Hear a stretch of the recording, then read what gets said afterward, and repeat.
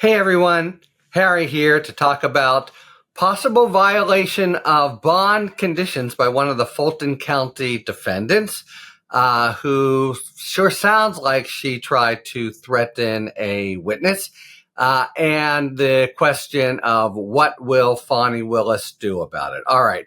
The defendant here in question is a woman named Trevian Cuddy.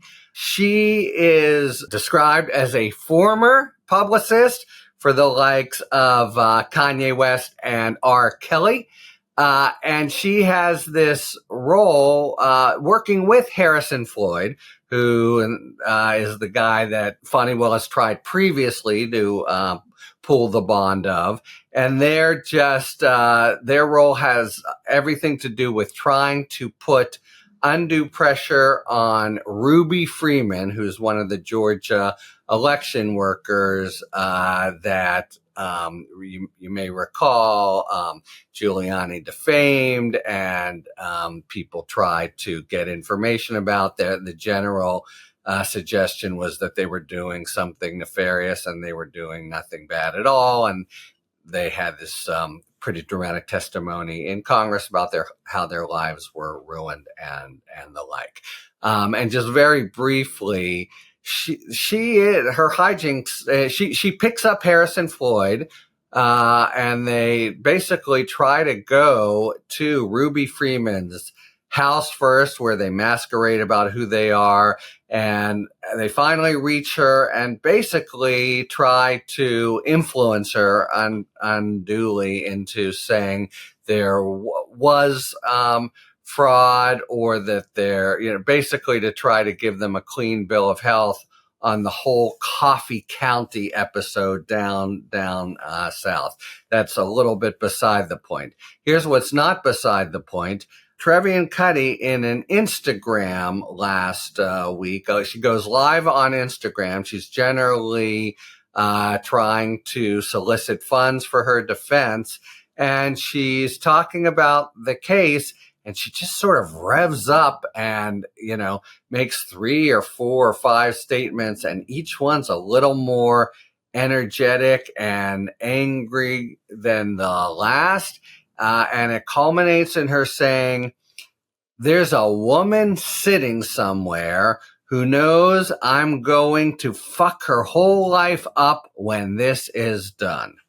And it's clear that the woman is Ruby Freeman, because what she said leading up to it is, she knows I was just trying to help her. That was the guise. You could be in trouble, dear, and listen to me just say this lie. That's how she tried to influence her testimony. So the Instagram, it's actually pretty weird, and I think this woman's something of an oddball, but it's kind of rational, and just all of a sudden explodes in, there's no special legal definition. What do you think? Threat or not threat? There's a woman sitting somewhere who knows I'm going to fuck her whole life up when this is done. All right.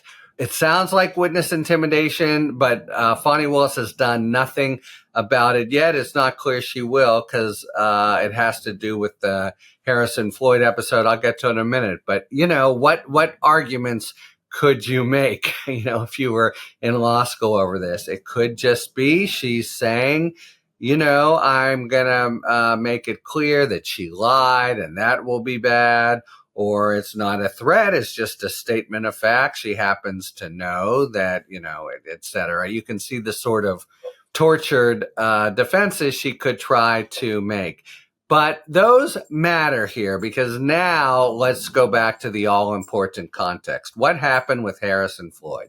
Harrison Floyd was a defendant, and who Fani Willis went pedal to the metal on to try to get his bond revoked. And you may recall she handled the bond revocation personally. She was very sort of adamant and outraged at the hearing. She told McAfee, the question is whether this means the bond conditions mean anything or not. And Harrison Floyd a little less vivid than what Trevian Cuddy had done. He basically tagged Brad Raffensperger in a someone else's tweet, I believe, but the basic notion was saying if Raffensperger lies, and maybe even suggesting he's going to lie, he could get 20 years in prison for perjury, and that was the witness intimidation part. And then there were other things about communication with witnesses. Now, Fonnie Willis really went all in, and her only time. And when you're the boss of the office, I've been in this position. You really pick your shots carefully. And you pick them to win. And she picked this one, and she really didn't win. McAfee, it's true, he amended the bond order to clarify that it applies to any kind of social media by Harrison Floyd and the like, but he didn't put him in the pokey, which is what Fonnie Willis had wanted. All right. Let's think about that a little bit more. So McAfee, he said, and he's, as I've said, he's a level-headed, conscientious judge. He said maybe it's a technical violation, but not all technical violations require revocation. And that's a fact, but I think also it's clear that there was an unseen person in these proceedings who really loomed over it. That would be Donald Trump, because McAfee, same as Chutkin, same as Cannon, same as judges everywhere, don't want to be the guy who orders Trump into jail, even though Trump is, trying to force them to do that. It sometimes seems he doesn't want to be that guy. And so if he were to take a statement like that of Harrison Floyd's and just use it to revoke his bond, now Trump makes a statement 5 times worse the next day, as he will, especially if there's no gag order in place. And now what's going to happen? If she now comes forward and says, you've got to yank Donald Trump's bond, he's got a very bad choice between yanking it and putting him in jail or saying we have special rules for the president, which, he, in any event, is loath to do. So I think that's what happened with Harrison Floyd. Okay, and now go back to Trevian Cuddy. As I say, it looks a little more, she knows I'm going to fuck her whole life up.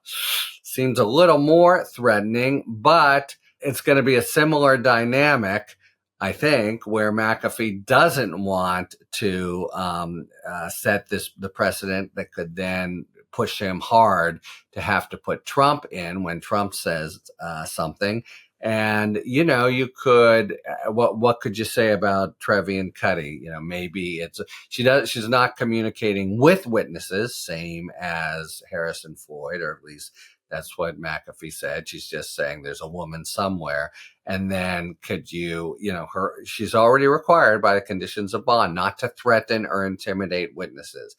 And to me, if all things being equal, this would be a pretty good case for threatening and intimidating witnesses. And that might be a reason to yank conditions of release, except you have the humongous Trump problem looming over it, and McAfee, who's smart enough to know this, not wanting to put himself in a position of having either to put Trump in or to say special rules for presidents. And I think that calculation, if not Fonnie Willis, her staff, which during the hearing when she was being very strident, was basically trying to, get her to like calm down, basically, I think is how she put it. They're aware of this calculation. And I think for that reason, it's been a week since it's just surfacing now, but they've known about it, the Instagram from Trevian Cuddy, for a week, and they haven't moved. And I think she would be concerned about moving and then losing again. So I think everyone's kind of warily circling, and the net effect is that people get a very loose interpretation of what it means to violate their bond. One final thing, it's just like, what Trump has bequeathed us, right? Is just, these people didn't know Trump, but they're Trumpian and Trumpists. And that just means, he's so corroded the public and private discourse, that you can almost, we're not surprised that someone who is in there for having done Trump's bidding would say something so inane, crass, browbeating, in violation of conditions of bond, so threatening incarceration, as what Trevian Cuddy said about Ruby Freeman, who, by the way, is an extremely sympathetic witness and really victim here. And it's just, the final point is here's what it means to be in Trump's circle, to be obedient to him, which matters very, more broadly, because he's promised as recently as yesterday that his main criteria for choosing his government, if he's elected, will be literally obedience, not competence. So that, that's the kind of sort of social discourse and rationality we're potentially looking at, and from a Trump administration, and this nastiness just brings it home. Okay, so the kind of interesting tactical question is whether Fani Willis will move to revoke, and whether McAfee will do the same little dance he did with Harrison Floyd, thinking about Donald Trump. My best guess is she would have already moved if she were going to. So it's not clear, but my best guess is she's decided not to make a big deal of this one, as she unsuccessfully did with Harrison Floyd. But we'll see how it works. The lawyer, by the way, this is the sort of final postscript. So the lawyer went on TV on CNN yesterday, Trevian Cuddy, and said, "What? She just was, stating the facts." At which, that was, until she all of a sudden built to this crescendo of saying, there's somebody out there who knows, et cetera, et cetera. So that's the other aspect of Trump land, this Orwellian feature of just turning everything around, 180 degrees. And there's nothing happened here.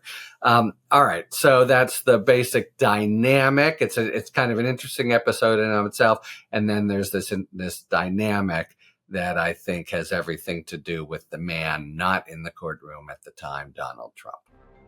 Talk to you later. Thanks for tuning in. If you enjoyed this video and other Talking Feds content, please take a second to like and subscribe.